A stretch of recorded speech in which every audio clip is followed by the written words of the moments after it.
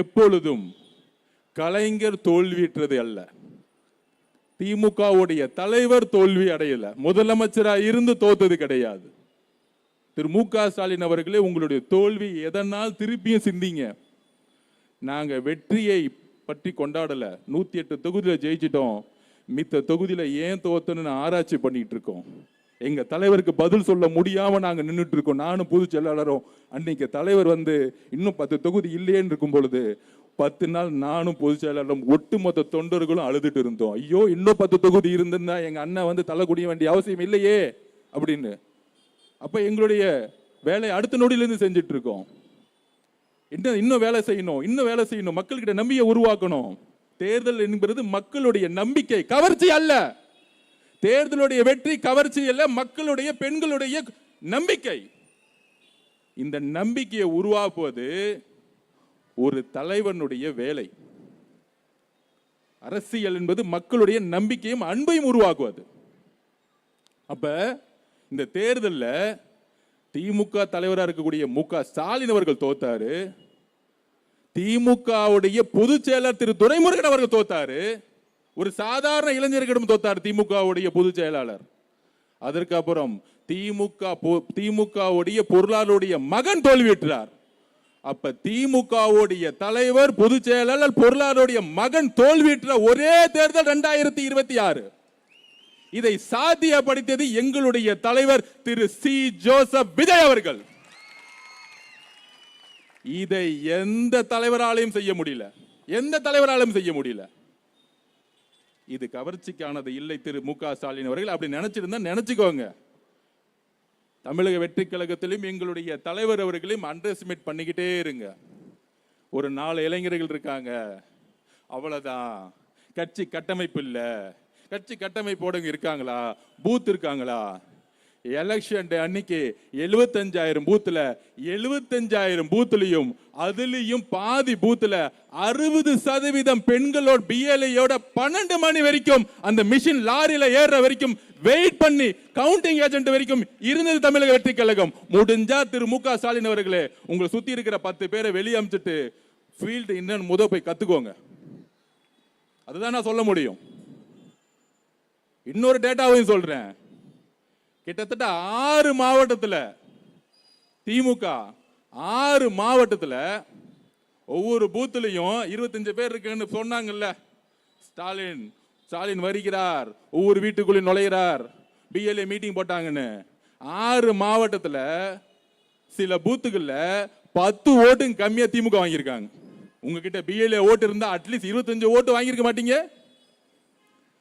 அப்ப அவரை சுத்தி ஒரு பிம்பம், மு க ஸ்டாலின் அவர்களுக்கு ஒன்றும் தெரியறது இல்லை, ஒரு பிம்பத்தை உருவாக்கிடுறாங்க. இதெல்லாம் கவர்ச்சி. அதுக்கெல்லாம் காரணம் இன்ஸ்டாகிராமு. இன்னும் ஒரு 75 வருஷ கட்சியோடைய ஒரு தலைவர் பேசுறாரு பாத்தீங்களா? தேர்தல் அரசியல்ல தோல்வியற்றது காரணம் இன்ஸ்டாகிராம். அப்ப நம்ம ஒரு ஐடியா கொடுப்போம். அந்த இன்ஸ்டாகிராமுடைய ஓனர் பாம்பேல இருக்காரு, அவர் எடுத்துட்டு திமுக கட்சியில சேர்த்துக்கோங்க.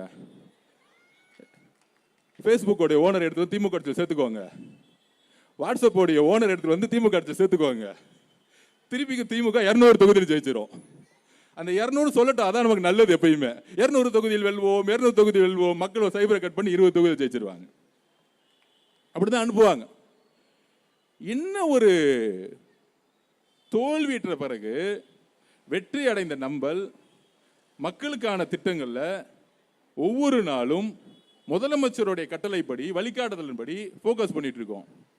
ஆனா மைக் இருக்குன்னு திடீர்னு இளைஞர்ல ஜென்சி மீட்டிங்கா, தேங்க்யூ தலைவா,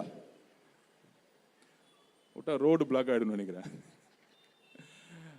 திடீர்னு ஜென்சி கூட்டம். இதே எலெக்ஷன் முன்னாடி ஜென்சின்னு சொல்லும் போது அதுக்கு வேற பேர் வச்சுட்டாங்க. ஜென்சியா, இவங்களுக்குலாம் என்னப்பா தெரியும்? 15 வயசு பசங்க, ஸ்கூலுக்கு போக சொல்லுங்க பசங்களை. ஆனா இன்னைக்கு ஜென்சி கூட்டத்தை போட்டுட்டு அதுல உட்கார்ந்து இருக்கிறவங்க எல்லாம் 60 வயசு. மேடை பேசவங்களுக்கு ஸ்கிரிப்ட் கொடுத்துட்டாங்க, பாவம் அந்த சின்ன பசங்க. அதுல இன்னொரு ரகசியம் சொல்றேன். என்கிட்ட கேட்டாங்க, அண்ணா நம்ம அறிவாலயம் பக்கம் ஜென்சி கூட்டம் போடுறாங்க, நாங்களும் கொஞ்சம் போயிட்டு வந்துடுறோன்னா ஒரு 1500 ரூபா கொடுக்குறாங்க. ஒரு தாட்டி வில்லிவாக்கத்தில் நான் வந்து பிரச்சாரம் பண்ணிட்டு இருந்தேன். இந்த ரோடா ஒரு 20 பேரை கொடியை பிடிச்சி அமுச்சிட்டு இருந்தாங்க. அதுல பாதி பேர் பெண்கள்.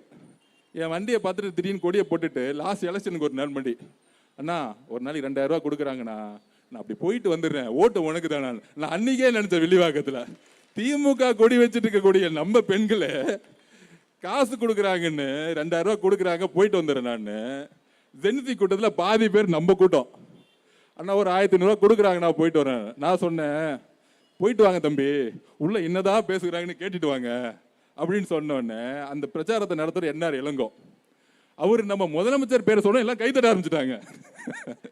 இதுதான் திமுகவில் இருக்கக்கூடிய ஜெனிதி கூட்டம். அதில் 4 சின்ன பசங்களை பேச வச்சுட்டு ஏதாவது நல்ல கருத்தாக பேச வச்சா பரவாயில்ல. அந்த பசங்க பாவம் காசு கொடுத்துட்டு ஸ்கிரிப்ட் கொடுத்துட்டு நாங்கள் எப்பொழுதும் யூபிசாவே இருப்போம், நாங்கள் எப்பொழுதும் இந்த குடும்பத்தோட அடிமையாவே இருப்போம். இதை தூக்கி இருக்கு தானே இங்க தலைவர் வந்தாரு, நாங்க வந்தோம்.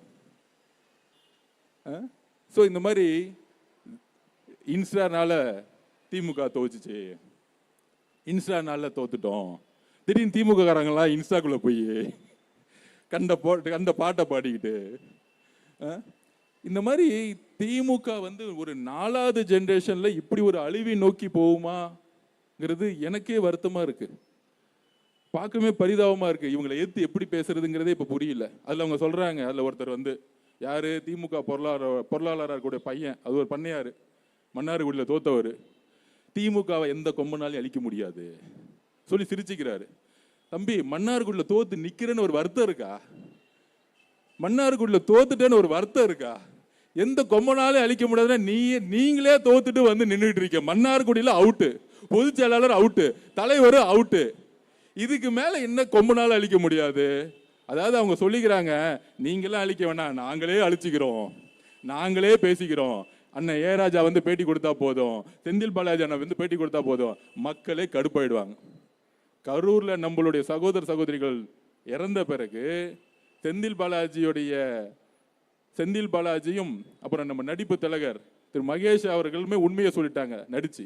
அன்னைக்கு எப்படி நடிக்க ஆரம்பிச்சாங்களோ இன்னைக்கு வந்து பேட்டி கொடுத்துக்கிட்டு இருக்கு.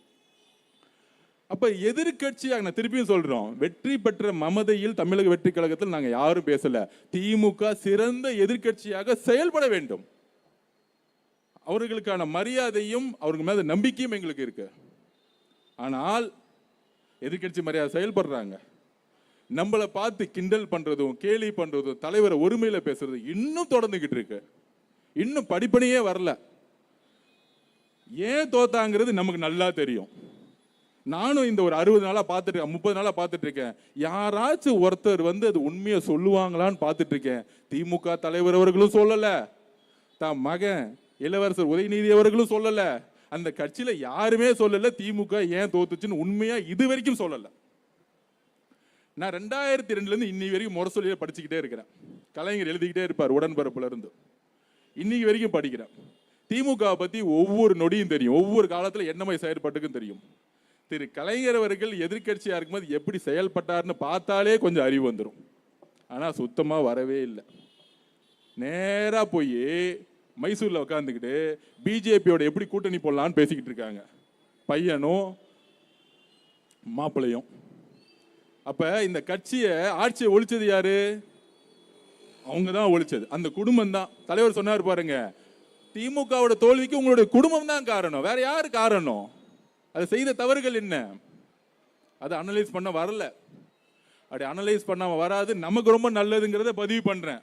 ஒருத்தர் ஏன் தோத்தாருன்னு தெரிஞ்சுக்கிட்டாதான் அடுத்த வெற்றி பெறத்துக்கு முயற்சி நடக்கும். இப்ப நம்ம 108 தொகுதியில் ஜெயிச்சிட்டோம், 75 தொகுதி 2வது இடத்துல வந்திருக்கிறோம். அதுல 30-40 தொகுதி 5000 ஓட்டுகளை தோத்துருக்கோம், 2000 ஓட்டு 100 ஓட்டு 500 ஓட்டுன்னு தோத்துருக்கோம். இதை பொதுச்செயலாளர் அவர்களும் நாங்களும் ஒவ்வொரு நொடியும் இனிமேல் தேர்தல் நடந்தால் தலைவர் 200 தொகுதியில் கூட்டணி கட்சியெல்லாம் சேர்ந்து 234 தொகுதிக்கு நம்ம கடுமையா வேலை செய்யணும், கடுமையா வேலை செய்யணும்னு இப்பல இருந்தே வேலையை ஆரம்பிச்சிட்டோம். அதற்கு அரசாங்கத்திற்கு கூடிய திட்டங்கள் நேர்மையாக நடக்கணும். தலைவர் சொல்லிட்டாரு, அதை செஞ்சு காமிக்கணும். தலைவர் வழிகாட்டிட்டாரு, செஞ்சு காமிக்கணும். இதை தவிர எங்களுக்கு எந்த வேலையும் கிடையாது. அப்ப தேர்தல் வெற்றி பிறகு இன்னும் சூழ்ச்சி நடந்துச்சு, அப்பயும் அவங்க திருந்தல. தமிழக வெற்றி கழகத்தில் அக்கா வந்தாங்களே, அதிமுகலேருந்து வந்தவங்க. ஏன் வந்தாங்க? ரிசல்ட் வந்துகிட்டே இருக்கு. 7 மணிக்கு 108 நிற்கிறோம், 10 மணி 108 நிற்கிறோம், 11 மணி 12 மணி கிடைக்கும், திருப்பி 108 நிற்கிறோம். நைட்டு 1 மணிக்கே திமுக தலைவர் மு க ஸ்டாலின் அவர்களும் தன்னுடைய மகன் உதயநிதி அவர்களும் அதுக்கப்புறம் இபிஎஸ் திரு பழனிசாமி அவர்களும் 2 பேரும் 1 மணி பேச ஆரம்பிச்சிட்டாங்க. என்ன பேசுறாங்க? நம்மளை பார்த்து குதிரை பேரை நடத்துறான்னு நினைக்கிறேன். இவங்க யானை பேரை நடத்திட்டு இருக்காங்க. நைட்டு உக்காந்துக்கிட்டு 2 பேரும் சேர்ந்து பிஜேபியோட சேர்ந்து தமிழக வெற்றி கழகத்துடைய தலைவரை முதலமைச்சர் உட்கார வைக்க கூடாது. இவ்வளவுதான் குறிக்கோள், வேற எந்த குறிக்கோளும் கிடையாது. புரட்சி தலைவி அம்மா அவர்கள் உருவாக்கிய இயக்கம், அந்த அம்மாவை ஜெயிலுக்கு அமைச்சு எல்லா விதமான கடைசி வரைக்கும் துன்பப்படுத்திய கட்சி திமுக. அந்த கட்சியோட திரு இபிஎஸ் அவர்கள் சேர்ந்து எப்படி முதலமைச்சரா உதயநிதி ஆவராரா இல்ல இபிஎஸ் ஆவராரா, இதுதான் 2 பேர்த்துக்குள்ள இருக்கக்கூடிய பேச்சுவார்த்தை. கடைசி வரைக்கும் இதுக்குள்ள எந்த வேலையும் முடியல. முடியாதனால நாங்கள் எதிர்கட்சியா இருக்கிறோன்னு ஒரு ஸ்டேட்மெண்ட் வந்துருச்சு. இதை சொன்னது நம்ம இல்ல, மார்க்சிஸ்ட் கம்யூனிஸ்ட் தலைவர் திரு பேபி அவர்கள், ஐயுஎம்எல் கட்சி திரு காதர் மொய்தீன் அவர்கள் கூட்டணி கட்சிகள்லாம் கூப்பிட்டு இந்த ப்ரொபோசலை கொடுத்துருக்காங்க. அவங்க எல்லாம் வெளியே வந்து உண்மையை சொல்லிட்டாங்க. ஏன்? அவங்க மத சார்பற்ற கொள்கையில் உறுதியா இருக்கிறாங்க. மக்களுடைய தீர்ப்பை உறுதியாக நம்பக்கூடிய இடத்துல தலைவர்கள் இருந்தாங்க. அப்ப காங்கிரஸ் வந்து நமக்கு வந்து சப்போர்ட் பண்ண உடனே கம்யூனிஸ்ட் கட்சி தோழர்களும் விசிக தோழர்களும் அண்ணன் திருமாவளவர்களும் ஐயுஎம்எல் தலைவர்களும் ஆதரவு கொடுத்து தலைவர்கள் முதலமைச்சராக உட்கார்றதுக்கு மக்களுடைய தீர்ப்பை வணங்கி நமக்கு வந்து உதவி செய்யல, நம்மளோட சேர்ந்தாங்க. அதற்கு தான் தலைவர் மாநாடப்ப ஒன்று சொன்னார், ஆட்சியிலும் பங்கு அதிகாரத்திலும் பங்கு. அதுக்கு முன்னாடி நான் சொன்னதுக்காக தான் கட்சி விட்டு தூக்கிட்டாங்க. அதுக்கப்புறம் தலைவர் சொன்ன பிறகு ஃபர்ஸ்ட் நான் ட்வீட் போட்டேன், எஸ் இவர் சொல்றதுதான் உண்மை அப்படின்னு. அவர் சொன்ன அந்த நொடி அன்றையிலிருந்து தேர்தல் முடிவு வரைக்கும் எல்லா கட்சியும் நம்மளுடைய தலைவரை பார்த்து கிண்டல் பண்ணி கேலி பண்ணல. ஆட்சியிலும் பங்கு அதிகாரம் பங்கு யாருமே வரலையே தலைவரை நோக்கி. இன்றைக்கு அது சாத்தியப்படுத்தினாரா இல்லையா? எங்களுடைய தலைவர் சி ஜோசப் அவர்கள் சாத்தியப்படுத்தினாரா இல்லையா? இன்னும் அண்டர் எஸ்டிமேட். அவரு சொன்னா அது நடக்கும், இல்லைன்னா சொல்லவே மாட்டார். இன்னைக்காச்சும் தெரிஞ்சுக்கோங்க. அப்ப இந்த தேர்தலை சூழ்ச்சியெல்லாம் முடிச்சு முதலமைச்சர் ஆன பிறகு அடுத்த கேள்வி, 30 நாளுக்குள்ளேயே இவங்களுக்கெல்லாம் நிர்வாகம் தெரியுமா? இங்க பிரச்சனை அங்க பிரச்சனை. 50 வருஷத்துல இல்லாத ஒரு மிகப்பெரிய சாதனையை இன்னைக்கு முதல் அமைச்சரவையில் நான் பதிவு பண்ணேன். மாண்புமிகு முதலமைச்சர், நம்மளுடைய முதலமைச்சர் ஒரு பெரிய சாதனையை செஞ்சிருக்கார். அது என்ன சாதனை தெரியுமா? தமிழ்நாட்டில் 34-35 டிபார்ட்மெண்ட்ல எப்பொழுதும் ஒரு 10 துறையில் அதிகமான ஊழல் நடக்கும். அதில் பொதுத்துறை, அது வந்து பிடபிள்யூ டிபார்ட்மெண்ட், பொதுப்பணித்துறையா இருக்கட்டும், நெடுஞ்சாலைத்துறையா இருக்கட்டும், ஹவுசிங் போர்டா இருக்கட்டும், டிடிசிபியா இருக்கட்டும், ரிஜிஸ்ட்ரேஷன் டிபார்ட்மெண்ட்டா இருக்கட்டும், சத்துணவா இருக்கட்டும், உள்ளாட்சி துறையாகட்டும், எல்லா துறையிலும் திமுக என்ன ஆட்சிக்கு வந்திருந்தா டாரிஃப் போட்டிருப்பாங்க. என்ன டாரிஃப் தெரியுமா?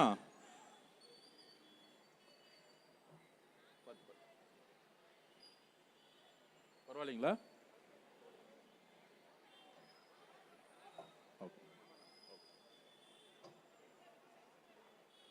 ஓகே ஓகே ஓகே, கொஞ்சம் ஓரமா வந்துருங்க, உள்ள வந்துருங்க, எல்லாரும் உள்ள வந்துருங்க.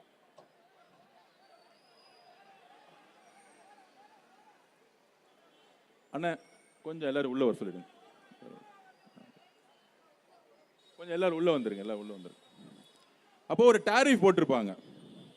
ஆனா முதலில் வரலாற்றில் முதலமைச்சர் ஃபண்டு, முதலமைச்சர் குடும்ப fund, party fund, minister fund, MLA fund ஒழிச்சது எங்களுடைய தலைவர் முதல்வர் அமைச்சர். இது யாரும் செஞ்சது கிடையாது. இந்நேரம் திமுக வந்திருந்தா ஒரு 10,000 கோடி ரூபாய் கலெக்ஷன் பண்ணிருப்பாங்க. இதுதான் நடந்திருக்கும். அப்ப மக்களுடைய திட்டங்கள் போய் செயல்படுமா? செயல்படவே படாது.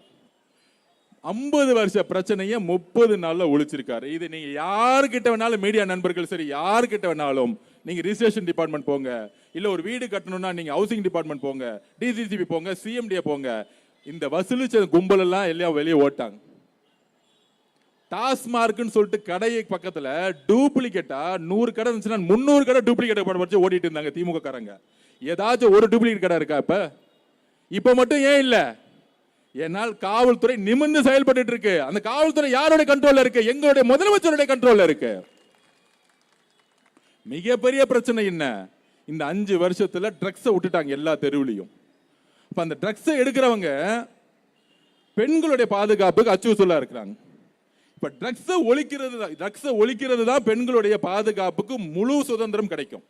அப்ப அதுக்கான பணிகளையும் அதுக்கான திட்டங்களையும் ஒவ்வொரு நடியும் நல்ல காவல்துறை அதிகாரி அப்பாயின்மெண்ட் பண்ணி ட்ரக்ஸை எப்படி ஒழிக்க போறங்கிறதுல முழு தீர்வையா உட்கார்ந்துட்டு இருக்காரு எங்களுடைய முதலமைச்சர். இந்த 5 வருஷத்துல பெண்களுக்கு தெரியும் இந்த ட்ரக்ஸோடைய கலாச்சாரத்தை, கஞ்சாவோடைய கலாச்சாரத்தை தெருவா அலோ பண்ணது யாரு? திரு மு க ஸ்டாலின் அவர்கள் தானே. அவரே பேட்டி கொடுத்தாரு. கடல் வழியா வருது, கஞ்சா எல்லாம் கடல் வழியா வருது. நான் அப்பயே சொன்னோம், கஞ்சா கடல் வழியா வருது, ஆனா ரோடு வழியா சேல் பண்ணும்போது உங்க காவல்துறை என்ன பண்ணிட்டு இருந்தாங்க, உங்க எம்எல்ஏ என்ன பண்ணிட்டு இருந்தாங்க, உங்க கவுன்சிலர் என்ன பண்ணிட்டு இருந்தாங்க? அப்ப 50 வருஷ பிரச்சனை, 5 வருஷம் கஞ்சா பிரச்சனை, ட்ரக்ஸ் பிரச்சனை. இதை 30 நாள்ல சரி செய்யறதுக்கான ஆய்வை மேற்கொண்டு அதுக்கான அதிகாரிகளை அப்பாயின்மெண்ட் பண்ணி கீழே இன்ஸ்பெக்டர் வரைக்கும் மாற்றுதலை உருவாக்குறதுக்கான ஒரு பெரிய பிளான் தலைவர் பண்ணிட்டு இருக்காரு. நீங்க 5 வருஷம் இருந்தீங்க, ஒவ்வொரு தெருவும் கஞ்சா அலோ பண்ணீங்க. கஞ்சா அடிக்கிறவங்க என்ன பண்றாங்க? பெண்களுடைய பாதுகாப்புக்கு அச்சுறுத்தலா இருக்கிறாங்க, பாலியல் பலாத்காரத்தை பண்ணிட்டு இருக்காங்க. இப்ப நடந்த எல்லா பாலியல் பலாத்காரமும் கஞ்சா அடிச்சவங்களும் போதை பழக்கத்துல உள்ளானவங்க தான் அடிச்சிருக்காங்க.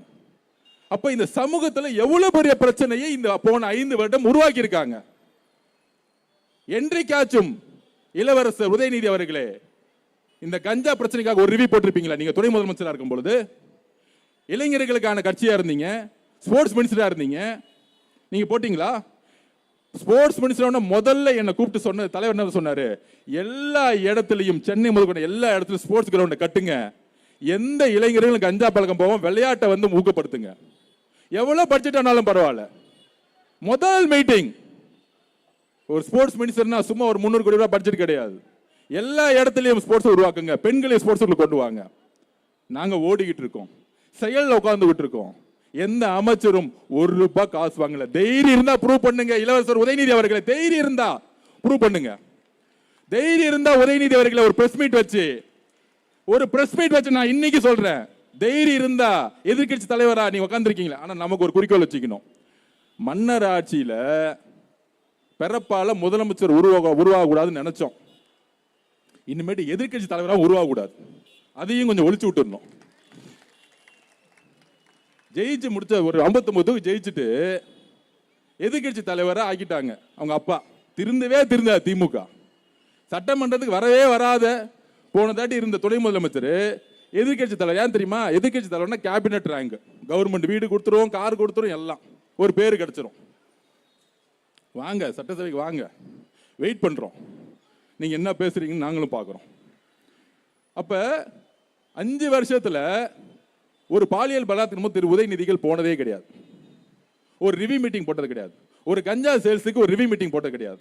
இன்றைக்கு தைரியம் இருந்தா இளவரசர் உதயநிதி அவர்களே ஒரு பிரஸ் கான்ஃபரன்ஸ் வச்சு எங்களுடைய ஆட்சியில திரு நேரு அவர்கள் துறையை சுத்தமா வச்சிருந்தாரு, திரு வேலு அவர்கள் ஒரு காந்தியவாதி, நெடுஞ்சாலை துறையிலும் பிடபிள்யூ திருடவே இல்லை,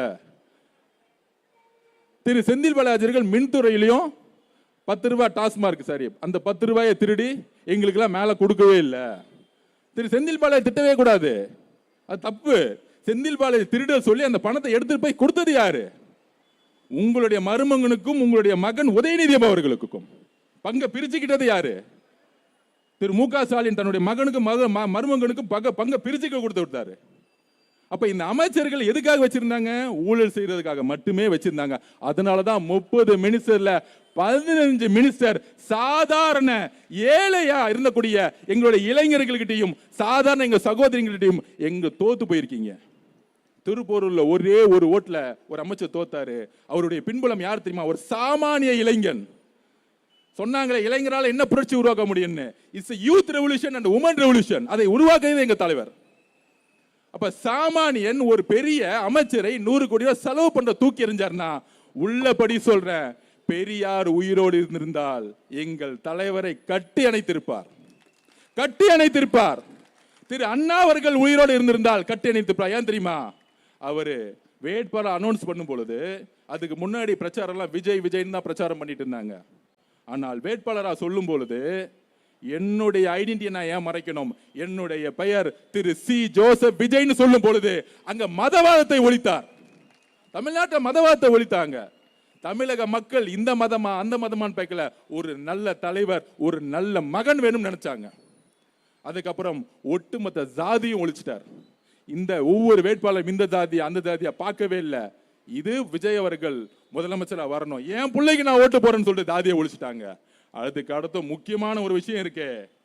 40 கோடி ரூபாய் செலவு பண்ண திமுகவையும் 25 கோடி ரூபாய் செலவு பண்ண அதிமுகவையும் தூக்கி எறிஞ்சு தமிழக வெற்றி கழகத்துடைய சாதாரண மகன்களையும் மகள்களையும் தத்தெடுத்தாங்க நம்மளுடைய பெண்கள். இது சாதாரண வெற்றி இல்லை திரு உதயநிதி அவர்களே, உங்களுக்கு அது புரியாது. ஏன்னா பிறப்பால நீங்க எதிர்க்கட்சி தலைவர் ஆயிட்டீங்க. என்னைக்குமே கிரவுண்ட் பாலிடிக்ஸ் உங்களுக்கு புரியவே புரியாது. கேலி பண்ண தெரியும், கிண்டல் பண்ண தெரியும். இந்த நல்ல பணக்கார பசங்கள்லாம் ஸ்போர்ட்ஸ்ல ஓடும் போது ஒரு பையன் ஷூ இல்லைன்னா பார்த்து கிண்டல் பண்ணுவான். அவன் நல்லா ஷூ போட்டிருப்பான். ஷூ போட்டுறவங்க ஓட தெரியாது, வெறும் காலால ஓடுவாங்க தெரியுமா, அவன் தான் ஜெயிப்பான். அதுதான் தமிழக வெற்றி கழகம். ஆர்கே நகர் என்பது என்ன? இன்ற அளவுக்கும் 60% ஸ்லம்ஸ் இருக்கக்கூடிய குடிசை பகுதியில் இருக்கக்கூடிய ஏரியா. ஆனால் இன்றைக்கு நீங்க சட்டமன்ற உறுப்பினராக ஒருத்தர் தேர்ந்தெடுத்திருக்கீங்களே, இன்னைக்கு அமைச்சராக இருக்கீங்களே, அவர் சாதாரணமல்ல, நிதி அமைச்சர். எங்களுடைய தலைவர் நிதி அமைச்சராக உட்கார வச்சிருக்காரு. தமிழ்நாட்டிற்குள்ளே ஒவ்வொரு டிபார்ட்மெண்ட் பணம் போடணும்னா அவருடைய சைன் வேணும். அப்ப 5 வருஷம் கழிச்சு எங்களுக்கு நம்பிக்கை இருக்கு. அண்ணா சொன்னாரே தலைவர் வருவாருன்னு, திருப்பியும் சொல்றேன், தலைவர் எல்லா தொகுதிக்கும் வருவாரு. மக்களை பார்க்க வரல, ஒவ்வொரு திட்டங்களும் திட்ட பணிகள் முடிஞ்சு தொடங்கி வைக்க வருவார். குடிசைகளை தூக்கி எறிஞ்சு ஒரு வீடு கட்டும் போது வருவார். ஒரு கல்யாண மண்டபம் கட்டிட்டு ஒரு ஏழை ஒரு சாதாரண பெண்ணு ஐயோ கல்யாண மண்டபம் கட்ட காசு இல்லைன்னு நினைக்கும் போது கவர்மெண்ட்ல ஒரு பெரிய கல்யாணம் கட்டி நீ போய் கல்யாணம் பண்ணுமான்னு கல்யாண மண்டபம் திறக்க வருவார். இப்படி ஒவ்வொரு திட்டங்களும் திறக்க எங்களுடைய தலைவர் வருவார். அதுதான் அவருடைய குறிக்கோள். வெறும் கையோட வரவே மாட்டார் இன்னுமேட்டு. அப்ப திமுகவுடைய தோல்வி அவங்க என்னைக்கும் நினைச்சு பார்க்கவே மாட்டாங்க. திருப்பி நம்மளை கிண்டல் பண்ணிக்கிட்டு கேலி பண்ணிக்கிட்டு அண்டர்ஸ்டிமேட் பண்ணிக்கிட்டே இருப்பாங்க. இப்ப கூட ரீசெண்டா உள்ளாட்சி துறையில ஜெயிச்ச எல்லா திமுக மேயர்களும் நகராட்சி தலைவர்களும் நம்மளுடைய சட்டமன்ற உறுப்பினர்களுக்கும் சப்போர்ட் பண்றதே கிடையாது. வேணுக்குனவே எந்த பணியும் செய்ய விடாம, குப்பைல விடாம, தண்ணி பிரச்சனை வேணுக்குனே பண்றாங்க. இந்த கவர்மெண்ட் கெட்ட பேர் கிடைக்கணும். அதை நான் பதிவு பண்ணிடுறேன். திமுக கெட்ட சிந்தனை நினைக்கிறீங்களா? இன்றைக்கும் மேயரா நகராட்சி தலைவரா சேர்மனா உட்காந்துக்கிட்டு ஊழல் இன்வெஸ்ட் பண்ண முடியாது, அதை கிளீன் பண்ணியாச்சு. ஆனா எந்த வேலையும் செய்ய விடாம மாண்புமிகு முதலமைச்சர் கெட்ட பேர் வரணும்னு சொல்லிட்டு, அமைச்சர் கெட்ட பேர் சொல்லிட்டு, இந்த உள்ளாட்சி துறையில எந்த குப்பையை எடுக்க விடுறதில்ல, தண்ணி விடுறதில்ல, கரண்ட்டை வேணுங்கனே கட் பண்றது, இதெல்லாம் செய்து யார் தெரியுமா? திமுகவுடைய உள்ளாட்சியில் கூடிய மேயர்கள். அதோடைய வெளிப்பாடு என்ன தெரியுமா? 108 தொகுதியில நம்ம ஜெயிச்சோம். எனக்கெல்லாம் ரொம்ப கஷ்டமா இருந்துச்சு. முதலமைச்சர் குடும்பம் எனக்கு எதிராக வந்து பிரச்சாரம் பண்ணாங்க. ஆனா ஒரே ஒரு வெற்றி வந்து எனக்கு கண் கலங்கினேன். நான் இன்னும் அந்த சகோதரிகிட்ட நான் பேசக்கூட இல்லை ஜெயிச்ச பிறகு. அது யாருன்னா, நான் பொதுச்சாளர்கிட்ட சொல்லியிருப்பேன், நம்மளுடைய திருவிக நகருடைய சட்டமன்ற உறுப்பினர் பல்லவி அக்கா. தலைவர் தேர்ந்தெடுத்துட்டாரு வேட்பாளரா. நான் அண்ணன் கேட்டேன், அப்ப அண்ணே 8 மாசம் கர்ப்பிணியா இருக்கிறாங்க, ஒவ்வொரு தெருவா நடந்து போகணுமே, அவங்க போவாங்களாண்ணே, கொஞ்சம் கஷ்டமா இருக்கு. நான் அப்பயே சொன்னேன், அண்ணா ஏன்னா அந்த கஷ்டப்படுத்துறீங்க, வேணா ஜெயிச்ச முடிச்ச பிறகு நம்ம வந்து தலைவர்கிட்ட சொல்லி, நீங்க தலைவர்கிட்ட சொல்லி இன்னொரு போஸ்டிங் கூட கொடுத்துடலான்னு. அதுக்கு அந்த அக்கா வந்து தலைவர்கிட்ட சொன்னாங்க, பொதுச்செயலாளர் சொன்னாங்க தலைவர்கிட்டையும், 8 மாச குழந்தை இல்லை, 9 மாச குழந்தை இல்லை, தலைவரே நீங்க எனக்கு வாய்ப்பு கொடுத்துட்டீங்க, நான் நடந்து என் குழந்தையோட போறேன், என் குழந்தை பிறக்கும் பொழுது நீங்க முதலமைச்சரா இருப்பீங்க. எவ்வளவு உணர்வு பூர்வமான இயக்கம், எவ்வளவு உணர்வுபூர்வமான இயக்கம். பெண்கள் தலைவர் மீதும் சரி கட்சி மீது எவ்வளவு உணர்வுபூர்வமாக அன்பாக நம்பிக்கையாக இருக்கக்கூடிய இயக்கம். ஒரு அம்மாவுக்கு பெரிய விஷயம் என்னங்க, தன்னுடைய குழந்தைங்க, அந்த குழந்தையும் பாதுகாத்து நடந்து நடந்து எம்எல்ஏ ஆன எங்க சகோதரிய ஒரு ஃபங்க்ஷன்ல நம்மளுடைய மேயர் அக்கா ஒரு கேண்டலை கொடுக்க கூடாம, நாங்கள் இதுவரைக்கும் கவர்மெண்ட் ஃபங்க்ஷன்ல கட்சியை பார்த்தது கிடையாது. எங்க தலைவருடைய வளர்ப்பு நாங்கள் அப்படி யாரையும் அவமரியாதைப்படுத்துறதோ, யாரையும் வந்து மாற்று கட்சியை நினைச்சது கிடையாது. எல்லாருக்குமான மரியாதை கொடுத்துருக்கோம். ஆனா ஒரு சாதாரண ஒரு கவர்மெண்ட் ஃபங்க்ஷன்ல புரோட்டோகால் படி சட்டமன்ற உறுப்பினர் மேயருக்கு அப்புறம் இருக்க வேண்டியது ஒரு கேண்டில் கூட கொடுக்காம மேயருங்கிற ஒரு அகங்காரம் இருக்குல்ல, அந்த அகங்காரம் எங்க வந்துன்னா திமுகங்கிற ஒரு அகங்காரம் இருக்குல்ல, அந்த அகங்காரம் எங்க வந்துச்சுன்னா பிறப்பால் ஒருத்தர் முதலமைச்சராக உருவாக்கினாங்கல்ல திரு மு.க. ஸ்டாலின் தன்னுடைய இளவரசர் உதயநிதி கொடுக்கக்கூடிய அந்த வழிகாட்டுதல் இருக்குல்ல, அந்த துமுறு இருக்குல்ல, இன்னொரு ஆளுங்கட்சி நினைக்கக்கூடிய துமுறு இருக்குல்ல, அந்த திமுறை உடைக்கிறதுக்கு நாங்க திருப்பி திருப்பி வேலை செஞ்சுக்கிட்டே இருப்போம். இது வரைக்கும் நாங்க பதில் சொல்லல. எப்ப எங்களுடைய சகோதரி பல்லவி அக்காவை நீங்க அவமானப்படுத்துனீங்களோ, திரு உதயநிதி அவர்களே, உங்க நெத்தி முன்னாடி சேலஞ்ச் பண்றேன். ஒரு சாதாரண தொண்டனா இங்க இருக்கக்கூடிய ஆர்கே நகர் மக்கள் இங்கிருந்து ஆரம்பிக்கிறோம் சேலஞ்ச். இன்னும் 8 மாசத்துல உள்ளாட்சி தேர்தல் நடக்க போகுது. 8 மாசத்துல 8 மாசம் நடக்க போகுது. தைரியம் இருந்தா, தில் இருந்தா, 75 வருஷம் திமுகவா இருந்தா, பெரிய ஆழமா இருந்தா 25 மேயர்ல ஒரே ஒரு மேயரை ஜெயிச்சிருங்க. ஒரு மேயர், ஒரே ஒரு மேயர். இதே சென்னையில டெபாசிட் வாங்குறீங்களா இல்லையான்னு பாருங்க. எங்களுடைய தேர்தல் வேலையை நேத்தே ஆரம்பிச்சிட்டோம். எங்க அவமானப்பட்டார்களோ, எங்களுடைய பல்லவி சகோதரி எங்க அவமானப்பட்டார்களோ அந்த நொடியே நாங்கள் தேர்தல் வேலையை ஆரம்பிச்சிட்டோம். உங்களுக்கு பதில் கொடுக்கிறதுக்கு அடுத்த உள்ளாட்சி தேர்தலில் ஒரே ஒரு மேயர் ஜெயிச்சிருங்க. அப்ப நான் ஒத்துக்கிறேன், நீங்க திமுகனா யாரால அசைக்க முடியாதுன்னு. ஒரு மேயர். இது நேரடியா எதிர்த்து ஸ்ட்ரெயிட்டா நெத்திய பார்த்து பின்னாடி பார்த்து பேசுறது இல்ல. உதயநிதியோட முகத்துக்கு நேரா என் கையோடைய சுண்டு விரல் வச்சு காமிக்கிறேன். ஒரு மேயரை நீங்க ஜெயிச்சு காமிச்சிருங்க. ஏன் இந்த கோபம் வருதுன்னா, சாதாரண தலித் குடும்பத்திலிருந்து பிறந்து வந்தவன் எங்க சகோதரி 8 மாத கர்ப்பிணி பெண்ணா இருந்து நடையா நடந்து ஜெயிச்சு முடித்த 30 நாள்ல டெலிவரி பண்ண எங்க அக்காவை குழந்தைய வீட்டுல வந்துட்டு அரசு நிகழ்ச்சி எங்க தலைவர் எதுவும் நினைச்சு கூடாதுன்னு வந்த ஒரு பெண்ணை எங்க சகோதரி அவமானப்படுத்திட்டீங்களா, அங்கிருந்து எங்களுடைய கோபம் உருவாயிருச்சு. திமுக எந்த காலத்திலும் பெண்களை மதிக்காதற்கு இங்க இருக்கக்கூடிய மேயர் அவர்களே சாட்சி. ஒரு பெண் இன்னொரு பெண்ணை மதிக்காத காரணம் திமுகவுடைய வளர்ப்பு, திரு மு.க. ஸ்டாலின் அவர்களுடைய தோல்வி, திரு உதயநிதி அவர்களுடைய கேவலமான சிந்தனைகள். இதுல இருந்து நீங்க கட்டமைப்பை மாத்தலனா எந்த காலத்திலும் ஜெயிக்க முடியாது. நான் இன்னைக்கே சொல்லிட்டேன், திரு மு.க. ஸ்டாலின் அவர்கள் தான் கலைஞர் குடும்பத்துடைய கடைசி முதலமைச்சர். எழுதி வச்சுக்கோங்க, கடைசி முதலமைச்சர். இன்னொரு முதல்வர் கருணாநிதி குடும்பத்திலிருந்து உருவாக முடியவே முடியாது. தமிழக மக்கள் எங்களுடைய தலைவர் இருக்கிற மாதிரி உங்க கருணாநிதி குடும்பத்திலிருந்து ஒரு முதலமைச்சர் உருவாக முடியவே முடியாது. அதுக்கப்புறம் கூட்டணி கட்சிகளை அசிங்கமா பேசுறது, அசிங்கமா காங்கிரஸ் அசிங்கமா பேசுறது. அதாவது தேர்தல் முடிஞ்சவனே அவங்க கிட்ட சொல்லிட்டு போலையாம், பர்மிஷன் கேட்டு போலையாம். இதுதான் பண்ணையார் மனத்தாண்மை. அவங்க ஒவ்வொரு கட்சி உயர்நிலை பொலிக்குள் போட்டு மக்களுடைய தீர்ப்பை வரவேற்று சப்போர்ட் பண்றாங்க காங்கிரஸ். அதுல அதிகப்படியான விமர்சனம் எங்க தெரியுமா, விசிகே தலைவரை பார்த்து, இன்னொன்னு ஐஎம்எல் தலைவரை பார்த்து. நான் ஒண்ணு பதிவு பண்றேன், 35% வந்து நம்ம தனியா எடுத்தோம். 30 கோடி செலவு பண்ணல, கூட்டணி கிடையாது, தலைவரை பிரச்சாரம் பண்ண உள்ள. நம்மளுடைய வேட்பாளர்கள்லாம் ரொம்ப ரொம்ப ஏழ்மையான குடும்ப பெண், ஏழ்மையில இருந்து வந்தவங்க, இளைஞர்கள். நம்ம 35% எடுத்துட்டோம். 31% திமுக. எப்ப 26 கட்சி கூட்டணியோட 40 கோடி ரூபாய் செலவு பண்ணி 30 அமைச்சர்கள் நாடாளுமன்ற உறுப்பினர்கள் பிரச்சாரத்துக்கு பண்ணி 31% எடுத்துட்டு அதுல திமுக மட்டும் 23, 24, 25% மேல எடுக்கல. அப்ப 26 கட்சி கோடு ஓட் பேங்க் வச்சுக்கிட்டு 31% எடுத்தது தோல்வி கிடையாதான். நம்மளுடைய வெற்றி வந்து நிலைச்சு நிக்காதான். அவங்க அப்படியே நினைக்கிட்டோம், திமுக அப்படியே நினைக்கிட்டோம். நம்ம 35ல அடுத்து 55% வேலை பார்ப்போம். அதுதான் நம்மளோட அடுத்த குறிக்கோள். அப்ப விசிகே பார்த்து சொல்றாங்க, எங்களை மதிக்கவே இல்லை, எங்களை சொல்லாம போயிட்டாங்க. அதாவது இந்த மாமன்னன் படம் வருது பார்த்துருக்கீங்களா? மாமன்னன் படம்னு ஒன்று பார்த்துருப்பீங்க. அதில் அந்த புள்ள தான் நடிச்சிச்சு. அதில் வடிவேலு சேர்ல உட்கார வைப்பார். அதாவது அதில் என்ன கருத்து தெரியுமா, அவர் வந்து ஒரு தலித்தா இருப்பார், ஆனால் எம்எல்ஏவும் இருப்பார். அந்த ஆளக்கூடிய ஒரு வர்க்கம் நம்ம உதயநிதி மாதிரி முன்னாடி உட்காரக்கூடாதுன்னு சொல்லி வச்சிருக்கோம்.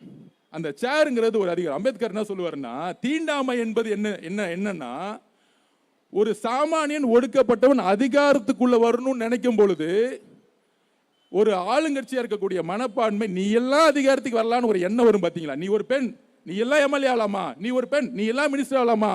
நீ ஒரு சாதாரண குடும்பத்தில் ஒரு ஆட்டோ ஓட்டக்கூடிய மகன் மகள், ஒரு விவசாயியோட குடும்பத்தில் வந்தவங்க, நீ எல்லாம் எம்எல்ஏ ஆகலாமா? நீ எல்லாம் எம்எல்ஏ ஆகலாமான்னு இந்த பணக்காரர் உட்காந்துல உட்காந்துக்கிட்டு இந்த உதயநிதி மாதிரி இருக்கக்கூடிய பிறப்பால் அதிகாரத்தில் இருப்பாங்க பார்த்தீங்களா, அவங்களாம் கேள்வி கேட்டுட்டே இருப்பாங்க. அப்ப நம்மளுடைய தலைவர் ஆட்சியில் பங்கு அதிகாரம் சொன்ன மாதிரி, அம்பேத்கர் சொன்ன மாதிரி, அதிகாரத்துக்குள்ள நீ வரணும்னா ஒரு ஆதிக்கத்தில் இருக்கிறவங்க குரல் கொடுப்பாங்க. அந்த மாமன் படத்தோட சீன் அப்படிதான் இருக்கும். அப்படி வந்து உக்காரலாம் நினைக்கும் பொழுது அந்த ஒரு வில்லனா இருக்கக்கூடியவர், ஆதிக்க மைண்ட் செட் இருக்க ஒருவர், நீ எல்லாம் உக்காரக்கூடாது என் முன்னாடி, உக்காந்தா அவனை அடிப்பன்னு சொல்லக்கூடிய மனநிலை தான் இப்ப திமுக. விடுதலை சிறுத்தைகள் கட்சியோடைய குறிக்கோள் என்ன? அந்த கட்சி அதிகாரத்துக்கு வரணும். திமுகவுக்கு வந்து காலம் முழுசும் அடிமையா இருக்கிறது அவங்களுடைய குறிக்கோள். அப்போ அவங்களுக்கு ஒரு வாய்ப்பு கிடைக்கும் பொழுது என்ன பண்ணியிருக்கணும்? திமுக ரொம்ப சந்தோஷமா அமைச்சரில் பங்கெடுத்து உங்களுடைய மக்களுக்கு சேவை செய்யுங்க. இதுதானே ஒரு மனப்பான்மை, நல்ல மனப்பான்மை. அந்த எண்ணம் வரல, அவங்க அதிகாரத்துக்குள்ள போயிட்டாங்களாம். உடனே கேவலமா அந்த தலைவரை பேசுறது, அந்த கட்சி தொண்டர்களை பத்தி பேசுறது. அதுக்கப்புறம் ஐயூமல் தலைவர், அவருக்கு 90 வயசு ஆயிடுச்சு, இவங்களோட 60 வருஷம் கூட்டணியில் இருந்தாங்க. காங்கிரஸோட கேரளாவில் இருக்க தலைவருக்கு ஒன்று சேர்ந்ததுனால இங்க நீங்க ஜனநாயக சக்தி இருக்கிற டிவிக்கோட சேர்ந்துக்கோங்க, அமைச்சரவையில் பங்கெடுத்துக்கோங்க. இஸ்லாமிய தோழர்கள் ஒரு கட்சியாக காகிதம் இல்லத்துக்கு அப்புறம் அமைச்சரவையில் பங்கெடுத்ததே கிடையாது. இவங்க சும்மா பேருக்கு கட்சியில் ஒரு 2 அமைச்சரை போடுவாங்க, எந்த விதமான அதிகாரம் கொடுத்ததே கிடையாது, சும்மா பேரு கொடுப்பாங்க. அப்ப ஐயூமல் கட்சியோட குறிக்கோள் என்ன? 60 வருஷம் 75 வருஷம் கட்சி, அவங்க ஒரு அமைச்சர் ஆகணும்னு நினைப்பாங்க.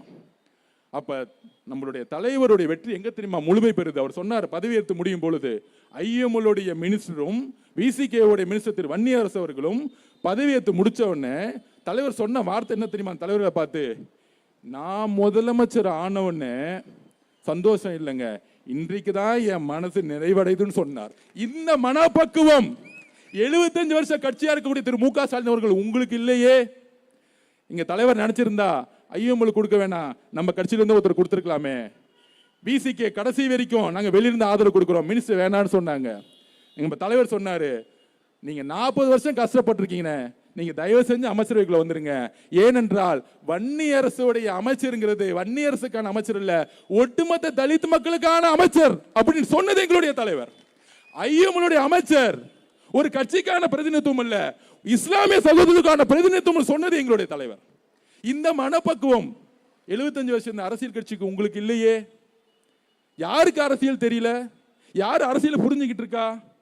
எங்களோட தலைவருக்கு புரியக்கூடிய அரசியலும் பக்குவமும் அன்பும் நம்பிக்கையும் உங்களுக்கு இல்லையே. ஏன்னா சுயநலம், தாம் மகள் மட்டுமே சம்பாதிக்கணும், தாம் மகன் மட்டுமே முதலமைச்சர் ஆகணும், கழகம்னா குடும்பம், குடும்பம்னா கழகம், இப்படியே பேசிக்கிட்டே இருங்க, கட்சி ஒளிஞ்சிரும். இது மட்டும்தான் காரணம். இந்த டயலாக் பேசிக்கிட்டே இருங்க வாழ்க்கை ஃபுல்லா, கட்சி ஒளிஞ்சிரும். அப்ப தலைவருக்கு இருக்கக்கூடிய முதிர்ச்சியும் பொறுமையும் அன்பும் இல்லையே. இப்ப தெரியுதா கூட்டணி கட்சிகள்லாம் ஏன் வந்து நம்ம கூட சேர்ந்தாங்கன்னு? நம்பிக்கையும் தன்னுடைய பிரதிநிதித்துவமாக சேர்ந்தாங்க. அப்ப புதிய அரசியல் உருவாகிருச்சு.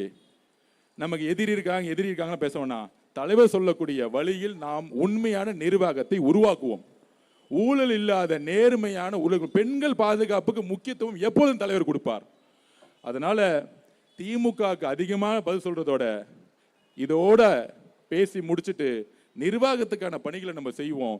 தமிழக மக்களுக்கு நாங்கள் பதிவு பண்றது என்னன்னா, 1 வருஷம் பாருங்க, ஒட்டுமொத்த தமிழ்நாடு மிகப்பெரிய மாறி இருக்கும். ஒரு பெரிய நிர்வாகத்தை மாத்திருப்பார் எங்களுடைய தலைவர். சோ ஆர்கே நகருடைய மக்களுக்கு என்னுடைய கோடான கோடி நன்றிகள். ஒரு நல்ல எம்எல்ஏவை தேர்ந்தெடுத்து, அண்ணங்கிட்ட நான் எப்பவுமே சொல்லுவேன், அண்ணன் 40% 50% மக்கள் இன்னும் குடிசையில் வாழ்றாங்க, நம்மளுடைய தலைவர்கிட்ட சொல்லி ஒரு வீடை கட்டி கொடுப்போம், சிமெண்ட் வீடுல இருக்கட்டும், சாதாரண மக்கள் எல்லாரும் ஈக்குவலா இருக்கிற மாதிரி ஒரு வீடு இருக்கட்டும், நல்ல கல்வி இருக்கட்டும்னு கண்டிப்பாக நிதித்துறை அமைச்சராக இருக்கவர் கண்டிப்பாக செய்வார். அவர் ஊழல் செய்ய வரல, காசு சம்பாதிக்க வரல. நாங்க எல்லாரும் சரி ஆதரவர்ஜுனா காசு சம்பாதிக்க வரல. எல்லா தொழிலையும் தூக்கி போட்டு, ஏன் என் குடும்பத்தில் இருக்க உறுப்பினர்கள்லாம் வந்து எனக்கு எதிராக வந்து பிரச்சாரம் பண்ணாலும் தனி மனிதனாக வந்து தலைவரோட சேர்ந்த பிறகு மக்கள் தான் சொல்லிட்டு கடைசி முழுசும் வாழ்க்கை முழுசும் வந்து தலைவரோட வந்து இணைஞ்சு மக்கள் பணியாக நாங்கள் செஞ்சுட்டு இருக்கோம். அதனால வாய்ப்பு கொடுத்ததுக்கு மிகப்பெரிய நன்றி. ஒரு பெரிய அரசியல், புதிய அரசியல் உருவாயிருச்சு. அது மக்களுக்கான அரசியல். தலைவர் எவ்வளியோ நாம் அம்பளி. தலைவர் எவ்வளி போவார்னா மக்களோட வழியில தான் தலைவர் இருப்பார். மக்களுடைய சிந்தனைகளா தலைவர் இருப்பார். பெண்கள் என்ன நினைக்கிறாங்களோ அதை அது கண்டிப்பாக செய்வாருங்கிறத சொல்லி ரொம்ப ரொம்ப நன்றி. ரொம்ப திருப்தியா இருக்கு. இதே மேடையில் 45 நாளுக்கு முன்னாடி ரொம்ப கஷ்டமான ஒரு பிரச்சார சூழ்நிலை இருந்து இன்றைக்கு உங்க முன்னாடி ஒரு நம்பிக்கையோட, நீங்க கொடுத்த ஒரு நம்பிக்கையோட பயணிக்கிறோம். உங்கள் எல்லாருக்கும் என்னோட நன்றிகளை நான் தெரிவித்துக்கிறேன். தேங்க்யூ.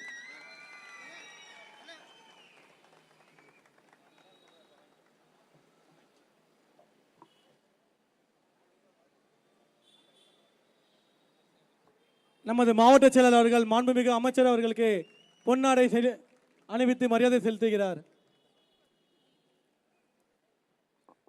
நம்முடைய அரசியல் ஆசான், கழகத்தின் வளர்ச்சிக்காக டயர்லெஸ்ஸாக உழைத்து வரும் மாண்புமிகு கழக பொதுச் செயலாளர் அண்ணன் ஆனந்த் அவர்களை வருக வருக எழுச்சி உரை தருக தருக என அன்புடன் வரவேற்கிறேன்.